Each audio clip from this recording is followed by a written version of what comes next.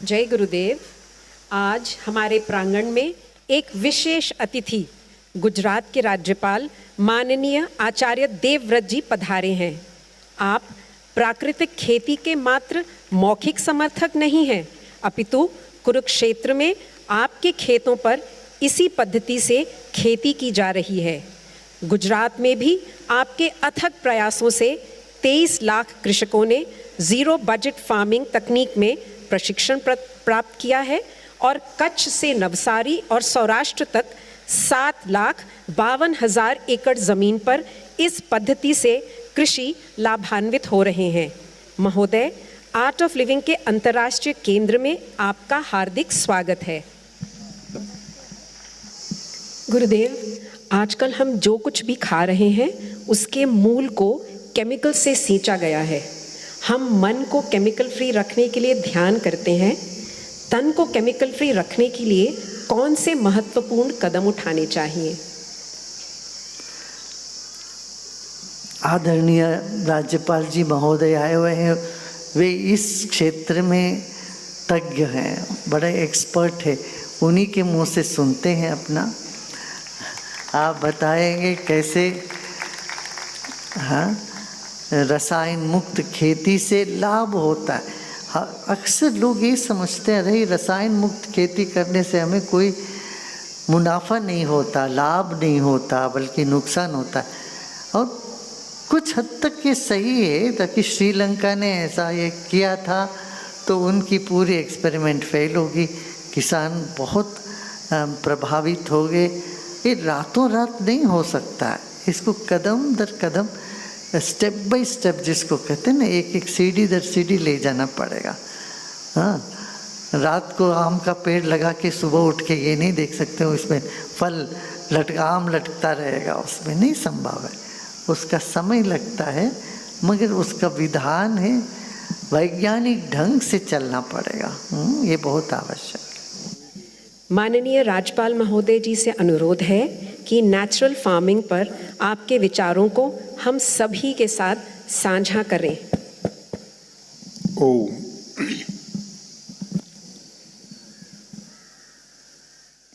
आदरणीय गुरुवर्य श्री श्री रविशंकर जी महाराज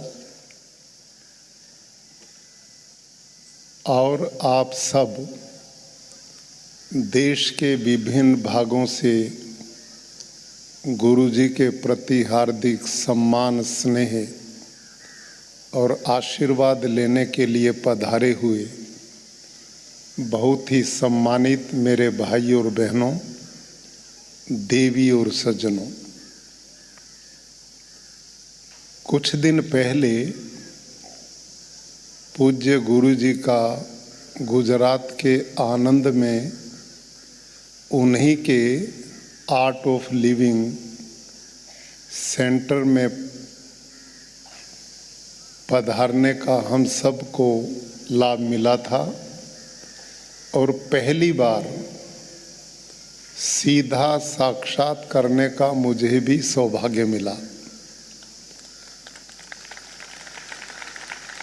लंबे समय से देश विदेश के विभिन्न कोनों में मुझे भी जाने का सौभाग्य मिलता रहा और आप जैसे पूज्य गुरु जी के भक्त जन मिलते थे तो आर्ट ऑफ लिविंग, जीवन जीने की कला, कैसे हम सार्थक जीवन जी पाएं, ये सब लोगों से जानकारियां मिलती थी, वो अपनी खुशियां बांटते थे। और ये भी मुझे जानकारी थी कि विश्व स्तर का इंटरनेशनल सेंटर वो बेंगलोर में है। तो मेरे मन में काफ़ी देखने की उत्सुकता थी। पूज्य गुरु जी का स्नेह रहा कि इन्होंने भी आशीर्वाद दिया कि एक बार इस सेंटर को देखा जाए। तो आज मैं अभिभूत हूँ इस विशाल लेकिन विशालता के साथ जो सबसे उत्तम और आज सबके जीवन की परम आवश्यकता है वो है प्रकृति से जुड़ के रहना। इस पूरे परिसर को बिल्कुल वैसे ही जैसे नेचर ने, परमात्मा ने सृष्टि बनाई और उसकी सृष्टि से कोई भी छेड़छाड़ ना करे, ऐसा एक पवित्र वातावरण देख करके आज के इस भौतिकवाद के युग में असीम आनंद और सुख की प्राप्ति यहाँ अनुभव हुई। आज जहाँ पूज्य गुरु जी के दर्शनों का लाभ मिला, उसी के साथ आप सब लोग इतने श्रद्धा भाव से पूज्य गुरु जी के मिशन जो विश्व कल्याण के हैं, मानवता की भलाई के हैं और प्रकृति के बचाने के हैं, आप करोड़ों लोग दुनिया के लगभग 150 देशों में पूज्य गुरु जी के विचार को लेकर आगे बढ़ रहे हैं। ये पूरे विश्व के लिए, हम सब के लिए बड़े सौभाग्य और कल्याण की बात है। भाइयों और बहनों, इस समय दुनिया में जो सबसे बड़ी चुनौती है वो साइंटिस्ट लोग कहते हैं ग्लोबल वार्मिंग की है, और इस दिशा में वो हम सबको समझा रहे हैं, चेता रहे हैं।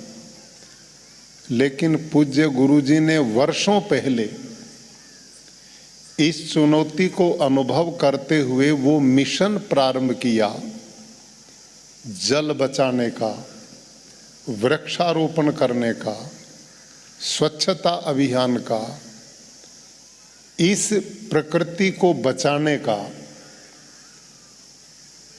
और इसी के साथ भारत की जो प्राचीन हमारी संस्कृति है, हमारी परंपराएं हैं, मान्यताएं हैं, वैदिक जीवन मूल्य हैं, उस अध्यात्मवाद से भी मानवता को जोड़ना और इस प्रकृति में कैसे इसका उपयोग करते हुए जीना, इन दोनों का जो सामंजस्य, जो जीवन की पूर्णता की ओर हमको ले जाता है, वो पूज्यवर गुरु जी ने बहुत प्रयास के साथ करोड़ों अनुयायियों को इसके लिए तैयार किया। ये हम सब के लिए और विश्व कल्याण के लिए सौभाग्य की बात है। भाइयों और बहनों, पूज्य गुरु जी के जो मिशन हैं, आप लोग जिससे जुड़े हैं, इन सब चीज़ों में मेरा भी स्वाभाविक रूप से एक लगाव रहा है। मैं गुरुकुलों में पढ़ा, 3-4 गुरुकुल इस समय चलाता हूँ, और उसी के साथ गौ माता, जल संरक्षण, वृक्षारोपण, स्वच्छता अभियान, और उसके साथ इस समय बहुत बड़ा एक अभियान बना जीवन का, वो है पूज्य गुरु जी का जो मिशन है, नैसर्गिक खेती, नेचुरल फार्मिंग, प्राकृतिक कृषि, जहर मुक्त ये खेती। इस समय जो खेती सारा देश और विश्व कर रहा है वो रासायनिक खेती है, और वो खेती हिंसा पे आधारित है, और प्राकृतिक खेती, नेचुरल फार्मिंग, नैसर्गिक खेती, ये विशुद्ध अहिंसा पे आधारित है। इसको बहुत जरूरी समझने की आवश्यकता है कि रासायनिक खेती में हम यूरिया, डीएपी, पेस्टिसाइड, इंसेक्टिसाइड जो डालते हैं, वो जहाँ भी डलते हैं वो जीव को मारने का काम करते हैं। उन्होंने पशु पक्षियों की प्रजातियां लुप्त कर दी, सूक्ष्म जीवाणु समाप्त कर दिए। जो सूक्ष्म जीवाणु धरती में पोषण करते हैं, उसके ऑर्गेनिक कार्बन को बढ़ाते हैं, अर्थवर्म है, केचुआ जिसको हिंदी में बोलते हैं, धरती में जो मिट्टी खा करके छेद बना करके और धरती के 16 प्रकार के पोषक तत्वों की पूर्ति करता है, उसको हम यहाँ पकड़ करके लाएं और उस पर यूरिया डालें तो वो 1 मिनट भी नहीं लगाएगा मरने में। और जो सूक्ष्म जीवाणु असंख्य प्रकार के हैं उनको भी ये मारता है। और जब हिंसा के द्वारा जीवों की रक्षा की बजाय मार करके जो काम होता है, ऐसा विचार जब अन्न के द्वारा अंदर जाता है तो अन्न से ही मन बनता है। और गीता में भगवान कृष्ण कहते हैं आहार शुद्धौ सत्व शुद्धि। आहार जैसा लेते हैं वैसे ही विचारों की व्यवस्था बनती है। इसका कारण आप समझिए, आज से लगभग 100 साल पहले जब ये रासायनिक खेती नहीं थी, उस समय हम मनुष्यों में इतनी हिंसात्मक प्रवृत्ति नहीं थी। आज हम सब गाड़ी भी कहीं पार्किंग करनी होती है, उसी पे हत्याएं आदमी आदमी की कर रहा है। हमारे परिवारों में बच्चों में गुस्सा, तनाव और घरों का टूटना, हिंसात्मक ये प्रवृत्तियां, और इसमें मानव समाज में एक दूसरे से दूरियां और आतंकवाद जैसी स्थिति का होना, ये सब पहले लोगों में नहीं थे जितना इस समय प्रवृत्ति पैदा हुई है। तो इसका बहुत बड़ा कारण है जैसा अन्न वैसा मन, इसी से विचार बनते हैं। और आज हम सब जो खा रहे हैं, पी रहे हैं, पानी आप देखिए, आज से 30 साल पहले बोतलें कौन लिए फिरता था? कहीं पर भी हम पानी पी लेते थे। आज नहीं पी सकते क्योंकि उसको भी जहर वाला बना दिया है। हवा में बड़े बड़े शहरों में, यहाँ तो जन्नत है, बैठे जहाँ पर हैं, इतनी मंद समीर सुगंध वातावरण देख करके मैं आश्चर्य हूँ। आज मैं हरियाणा के कुरुक्षेत्र से चला, वहाँ कल का तापमान 45 डिग्री था और यही स्थिति है। और यहाँ 28 में सूचना मिली कि 28 डिग्री है। चारों तरफ गुरुजी ने जो ये जंगल की व्यवस्था की है प्रकृति की, इसका ये परिणाम है कि हम जीवन को बचा पाएंगे। तो भाइयों और बहनों, अभी जस्ट कुल 2 महीना पहले हमारे बीच में विश्व की और भारत की पहली प्राकृतिक एग्रीकल्चर यूनिवर्सिटी हमने गुजरात में स्थापित की है। और उसके वाइस चांसलर डॉक्टर CK टिम्बड़िया जी आज गुरुजी का आशीर्वाद लेने हमारे बीच में आए हुए हैं। तो इन्हीं जैसी 2 यूनिवर्सिटी हैं भारत में, एक पश्चिम बंगाल में और एक तेलंगाना में। वहाँ दोनों यूनिवर्सिटी ICAR के द्वारा संचालित होती हैं। और वहाँ के 12 एग्रीकल्चर साइंटिस्ट ने अभी 2 महीने पहले एक रिपोर्ट जारी की है। और वो रिपोर्ट जारी की है 2 अनाजों के बारे में, एक गेहूं और एक चावल, राइस, वीट और राइस। इन दोनों अनाजों पर, फसलों पर उन्होंने रिसर्च किया है।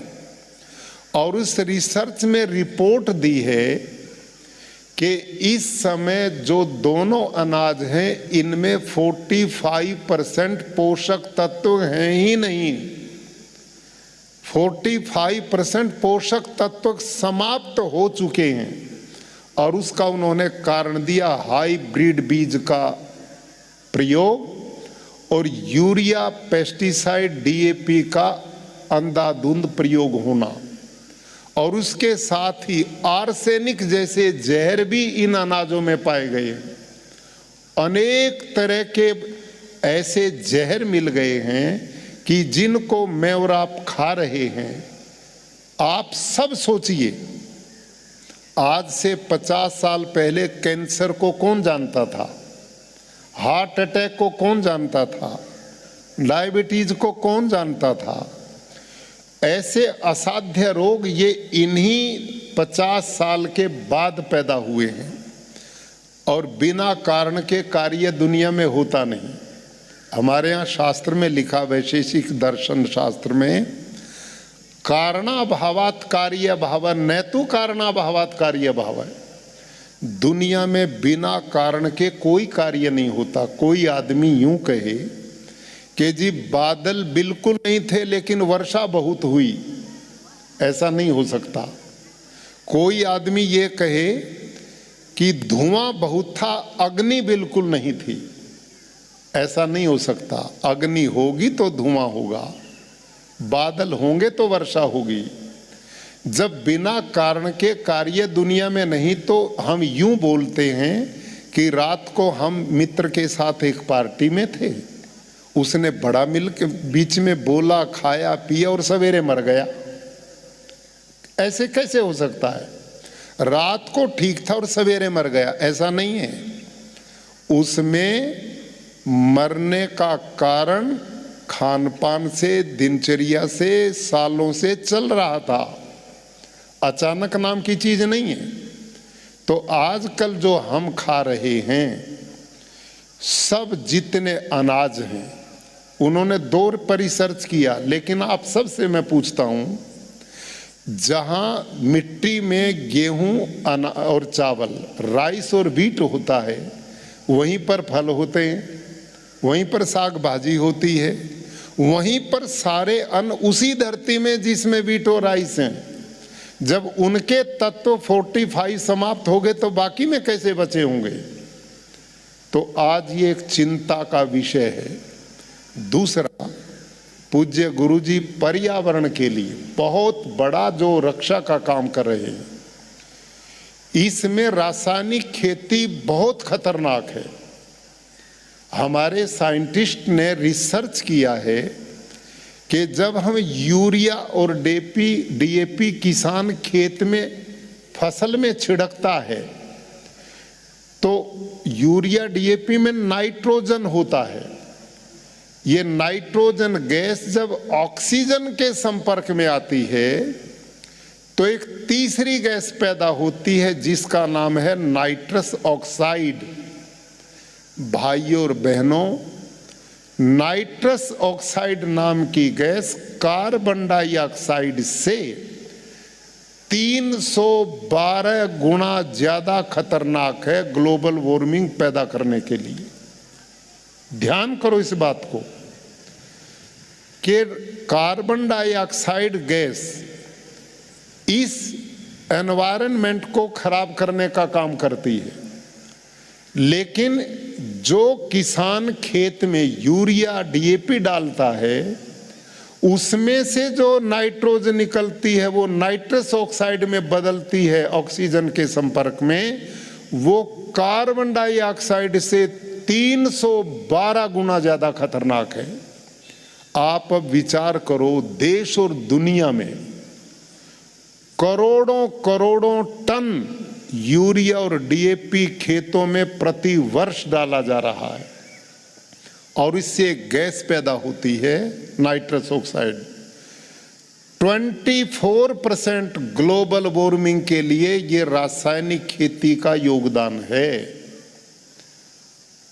आप और हमने सोचना चाहिए कि हम धरती को भी बंजर बना रहे हैं, पानी को भी दूषित कर रहे हैं और जो आहार ले रहे हैं वो जहरीला होकर हमारे बच्चों को, हम सबको अनेक बीमारी, कैंसर जैसी बीमारी का कारण बना है।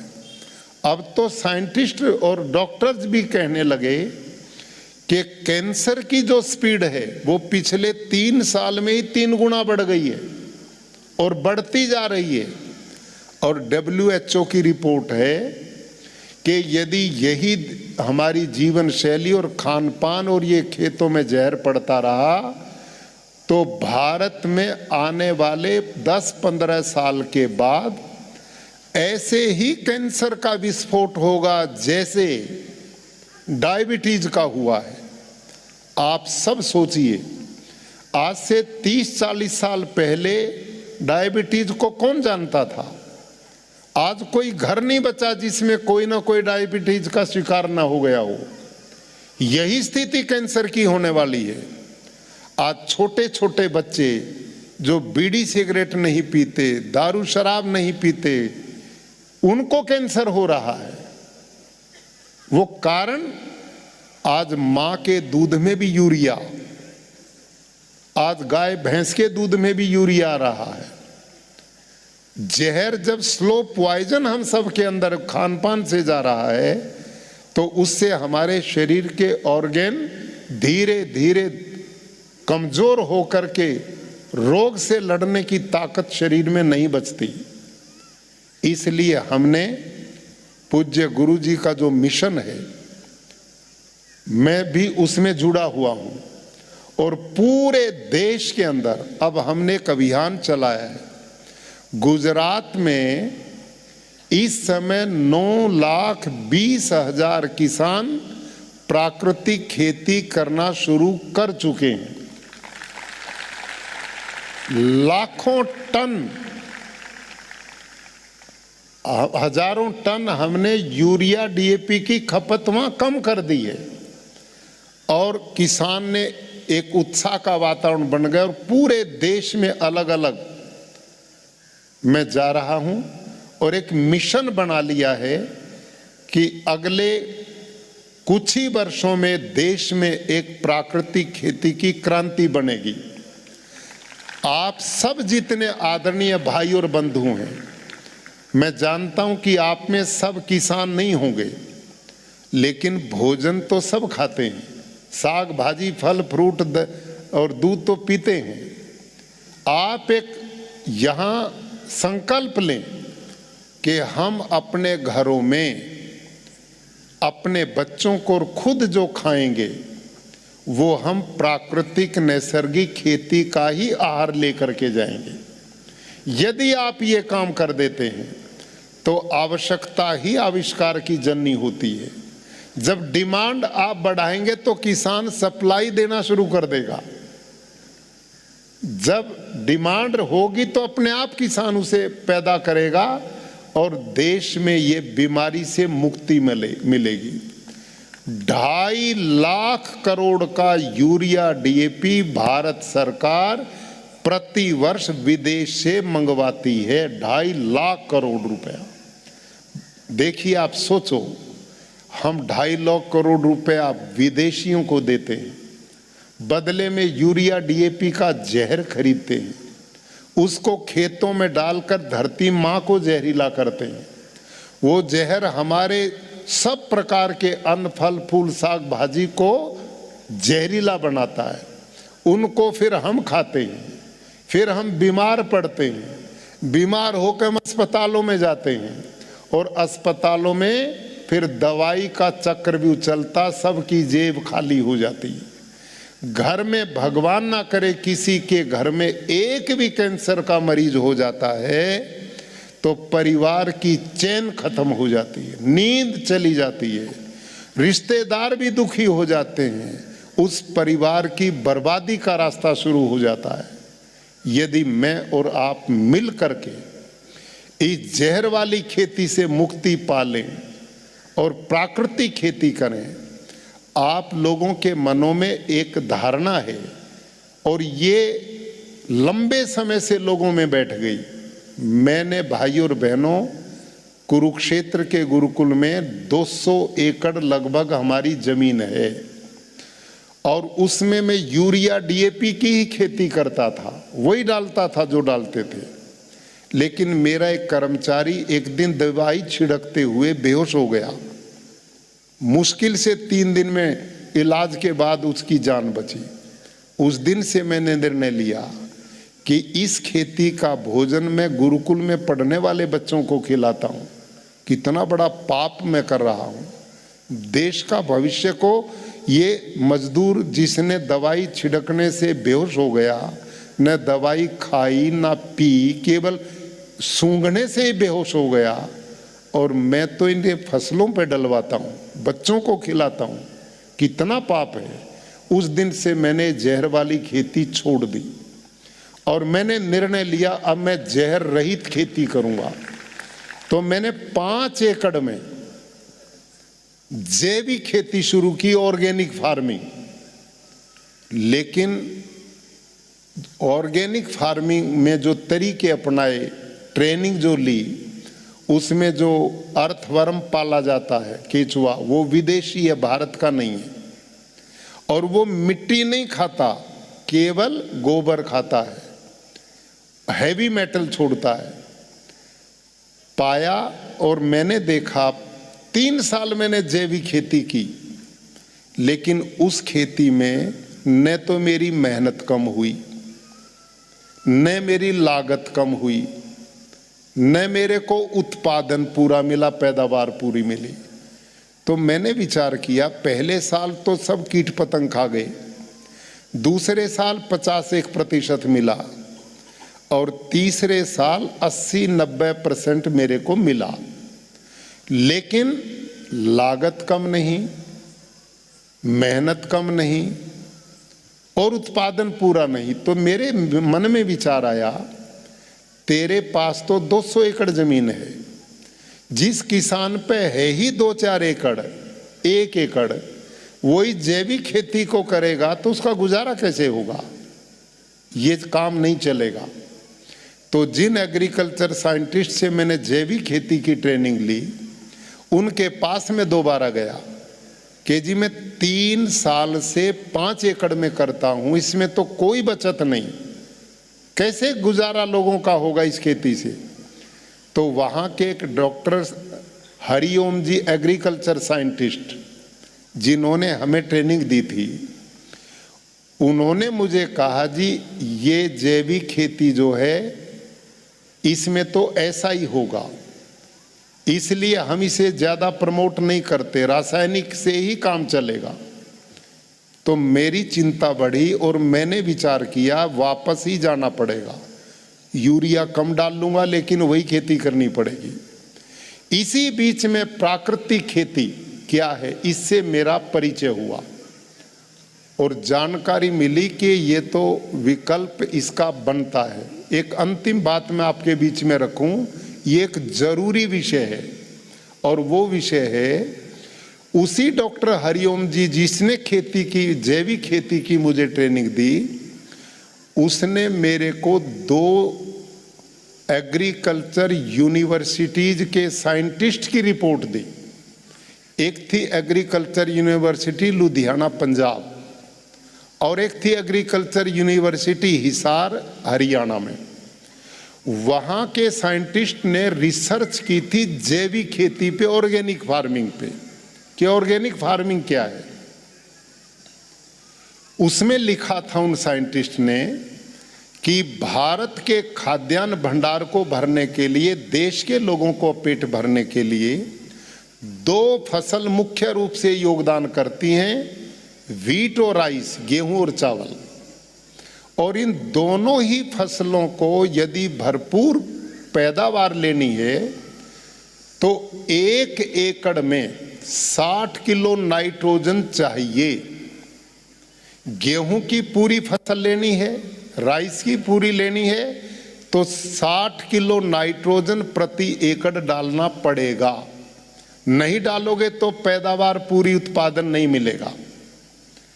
तो जैविक खेती में, ऑर्गेनिक फार्मिंग में यदि आप खेती करके इन दोनों फसलों का उत्पादन बढ़ाएं तो क्या तरीका है? तो उसमें उन साइंटिस्ट ने लिखा, ये ध्यान करने की बात है। उन्होंने कहा जैविक खेती गोबर की खाद से होती है, पशु के मल से होती है। गोबर की खाद में 1 टन गोबर की खाद में 2 किलो नाइट्रोजन है। ध्यान करें, 1 टन गोबर की खाद में कुल 2 kg नाइट्रोजन है और हमने चाहिए 60 kg नाइट्रोजन। इसका मतलब 1 एकड़ में 300 क्विंटल गोबर की खाद पड़ेगी तो 60 किलो नाइट्रोजन पूरा होगा। 60 किलो नाइट्रोजन पूरा नहीं होगा तो पूरा उत्पादन भी नहीं होगा। ये साइंटिस्ट की रिपोर्ट है। अब आप सब विचार करिए, भारत देश में क्या इतना पशुधन है कि जो प्रति एकड़ 300 क्विंटल हम गोबर की खाद डाल सकें? नहीं है। नंबर 2, इतनी गोबर की खाद जब खेत में किसान डालता है तो उसमें वीड्स, खरपतवार, अनवांटेड ग्रास इतना पैदा होता है कि उसमें किसान की बहुत लेबर लगती है, उसमें बचत ही नहीं होती। तीसरी बात, इतनी गोबर की खाद एक जगह खेत में पड़ेगी तो उसमें मीथेन जैसी गैसेज पैदा होंगी जो ग्लोबल वार्मिंग का कारण बनती हैं। आपकी जानकारी में कार्बन डाइऑक्साइड से 22 से 23 गुना खतरनाक मीथेन गैस है जो गोबर से पैदा होती है। तो जैविक खेती में ग्लोबल वार्मिंग भी के लिए भी खतरनाक है, उत्पादन भी पूरा नहीं मिलता और परिश्रम भी कम नहीं करना पड़ता। इसीलिए भारत में 30-40 वर्षों से केंद्र और प्रांतीय सरकारें जैविक खेती का प्रचार कर रही हैं, बजट भी आते हैं, लेकिन देश में कोई मजबूत मॉडल नहीं बन पाए। इसलिए जैविक खेती जो है वो पहले 3 साल उसमें उत्पादन बहुत न के बराबर मिलता है, इसीलिए लोकप्रिय नहीं हुई। लेकिन प्राकृतिक खेती, नैसर्गिक खेती जो हम जीवामृत बनाते हैं, घन जीवामृत बनाते हैं, आच्छादन करते हैं और बीजामृत बनाते हैं, इनके द्वारा मैंने स्वयं और मेरे लाखों किसानों ने पूरा एक्सपेरिमेंट अपने खेतों में किया है। यदि हम सही विधि से प्राकृतिक खेती करें तो पहले ही वर्ष में हम इतना उत्पादन ले सकते हैं जितना रासायनिक खेती से लेते हैं, और उसका कतई साइंटिफिकली रिसर्च हो चुकी है। मेरे पास दंतेवाड़ा एग्रीकल्चर यूनिवर्सिटी है, आनंद में एग्रीकल्चर यूनिवर्सिटी है, डॉक्टर CK टिम्बड़िया जी आए हुए हैं। 12 एग्रीकल्चर साइंटिस्ट ने संपर्क मेरे में रहकर ये पूरी रिसर्च की है। देसी गौ माता केवल किसान को चाहिए घर में एक, और कोई चीज बाजार से नहीं लानी। प्राकृतिक खेती में कुछ भी बाजार से नहीं खरीदना। अब जैविक खेती के नाम से इतनी फैक्ट्रियां लग गई हैं, नए नए उत्पादन बनाने शुरू कर दिए, किसानों को महंगे बेचे जा रहे हैं, तो उसकी बेचारे कैसे बचेगा। प्राकृतिक खेती में थोड़ा सा गुड़ चाहिए, थोड़ा सा दाल का बेसन, दोनों ही किसान पैदा करता है, और गाय उसके घर की गोबर गोमूत्र, बस ये चाहिए, बाजार से कुछ नहीं लेना। एक देसी गाय से बड़े आराम से व्यक्ति, किसान 18-20 एकड़ तक की खेती कर सकता है प्राकृतिक खेती में, और इसका प्रमाण है। एक दिन के गोबर गोमूत्र से हम 1 एकड़ का जीवामृत तैयार करते हैं तो 1 महीने में 30 दिन होते हैं। और गाय माता दूध भले ही रोज ना दे, गोबर गोमूत्र तो प्रतिदिन देगी। जब 1 दिन के गोबर गोमूत्र से 1 एकड़ की खेती तैयार है तो 30 दिन के गोबर गोमूत्र से 30 एकड़ तक की खेती भी तैयार है। और इसमें देसी जो गौ माता, भारतीय मूल ब्रीड, साहिवाल, थारपारकर, राठी, गिर, हरियाणवी, अंगोल, ये जो भारतीय नस्लें जिनको हम गौ माता के नाम से पूजा करते हैं, अब रिसर्च के बाद साइंटिस्ट ने रिपोर्ट दी है, गाय के 1 ग्राम गोबर में 300 से 500 करोड़ तक सूक्ष्म जीवाणु हैं जो धरती के पोषक तत्व ऑर्गेनिक कार्बन को बढ़ाते हैं। और ये अर्थवर्म, जीवामृत, घन जीवामृत खेत में डालते ही 11 दिन के अंदर धरती को फोड़ करके ऊपर आके काम करता है। और एक अर्थवर्म अपने जीवन में 40 से 50 हजार बच्चे देता है और धरती में 8-10 फीट तक छिद्र बनाता है वो। आप थोड़ा दिखाएंगे प्लीज, एक सीन देखेंगे आपको आश्चर्य होगा। मेरा खेत देखने के लिए अभी पिछले जुलाई में भारत के पूर्व राष्ट्रपति रामनाथ कोविंद और 4 प्रदेशों के गवर्नर गए। इतनी वर्षा हुई, 1.5 फुट पानी खेतों में खड़ा हो गया। 2 दिन बाद उनका आना था। मैं कहने लगा मैं दिखाऊंगा क्या, इतना पानी भर गया खेतों में। तो आज वर्षा हुई तो मैं अपने खेत देखने गया और अर्थवर्म कैसे मेरे खेतों में काम करता है। अब वो देखिए, आपको इसमें आप चलाएंगे, बोला हाँ, आप अर्थवर्म को देखें, वो धरती में कैसे छिद्र बनाता है।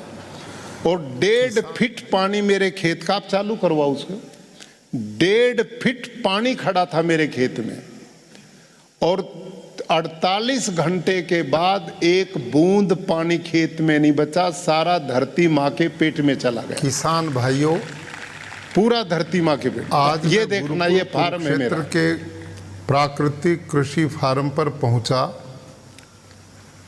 आप सब जानते हैं कि पिछले 10-11 जुलाई में उत्तर भारत में भारी बारिश हुई है और कुरुक्षेत्र में भी ये वर्षा पर्याप्त मात्रा में हुई, जिसके परिणाम स्वरूप सभी लोगों के खेत लबालब पानी से भर गए। ऐसी स्थिति में गुरुकुल कुरुक्षेत्र के प्राकृतिक खेती के अंदर जो केचुआ है, अर्थवर्म है, वो एकदम धरती से बाहर निकला। देखो आप, और जो रास्ते हमने चलने के लिए खेतों के बीच में बनाए हैं, उनके बीच में आप देख सकते हैं कितनी बड़ी संख्या में केचुए रेंग रहे हैं, चल रहे हैं।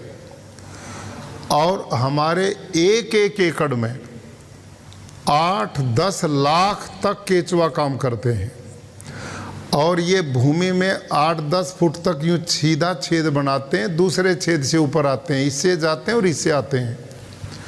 इसका परिणाम क्या है कि धरती के अंदर जितना भी ये पानी वर्षा का है, ये बबल देखिए, उन छिद्रों के द्वारा ये धरती माँ के पेट में जा रहा है। ये जो दूसरा आप ये चित्र देख रहे हैं, इसमें पानी में बुलबुले उठ रहे हैं। ये सारा का सारा पानी केचुओं के द्वारा बनाए गए खेतों में छिद्रों में प्रवेश कर रहा है और पड़ोसी खेतों में पानी भरा खड़ा है, उससे फसलें बर्बाद हो रही हैं। लेकिन हमारे खेत का जितना भी पानी था वो केचुए द्वारा बनाए गए छिद्रों के द्वारा सारा धरती माँ के पेट में चला गया। यह है नेचुरल वाटर हार्वेस्टिंग सिस्टम। ये बंद करो बैठो, इसके बंद।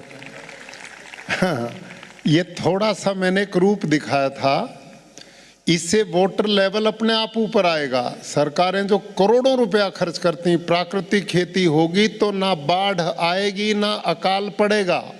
दोनों का समाधान ये है। बाढ़, जब बारिश तेज आती है, ऊपर की 6 इंच मिट्टी को बहा करके बाढ़ का रूप लेगी, धरती बंजर हो गई।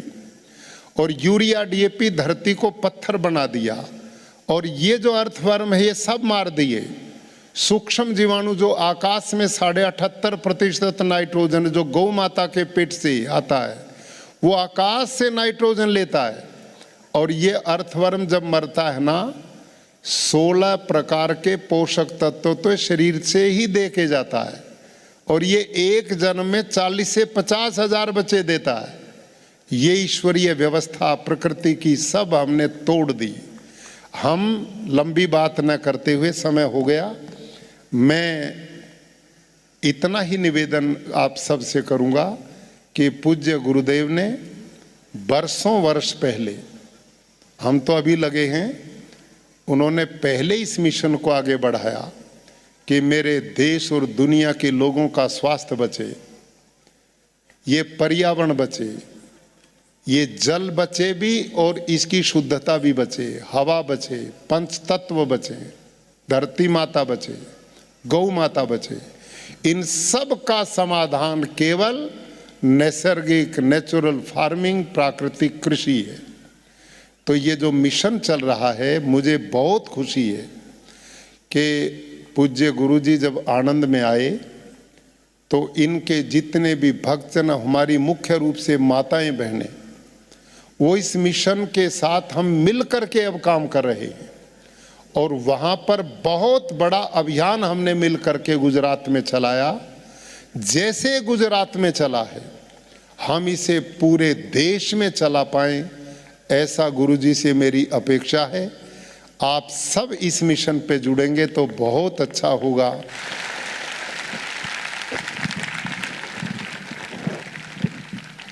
बहुत बहुत सुंदर, बहुत अच्छा। इतना आपने विस्तार रूप से बताया, समझाया, इससे बहुत सबकी आंख खुल गई होगी अभी तक।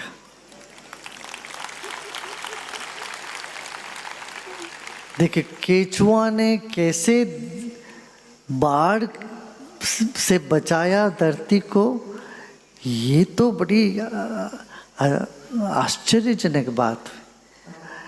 इस देश की भूमि, जल, वायु और पृथ्वी को बचाना हम सबका कर्तव्य है। यही धरती माता की पूजा ही ईश्वर की पूजा है। प्रकृति और परमेश्वर अलग नहीं है, प्रकृति में ही विलीन है परमेश्वर। जैसे तिल में तेल है, ऐसे प्रकृति में परमात्मा है। और इस परमात्मा को हम आदर करें, करना हो तो ऐसे करना। आपने बहुत स्पष्ट रूप से और सरल रूप से इस बात को सामने रखे। इस पथ पर सभी लोग आगे बढ़ेंगे, ऐसा हमें विश्वास है। यहाँ उपस्थित सभी लोगों की ओर से मैं आज आपकी गरिमामय उपस्थिति और प्रेरक शब्दों से हमें सम्मानित करने हेतु राज्यपाल महोदय के प्रति हार्दिक आभार व्यक्त करती हूँ। हमारे प्रांगण में पधारने के लिए कोटि कोटि धन्यवाद।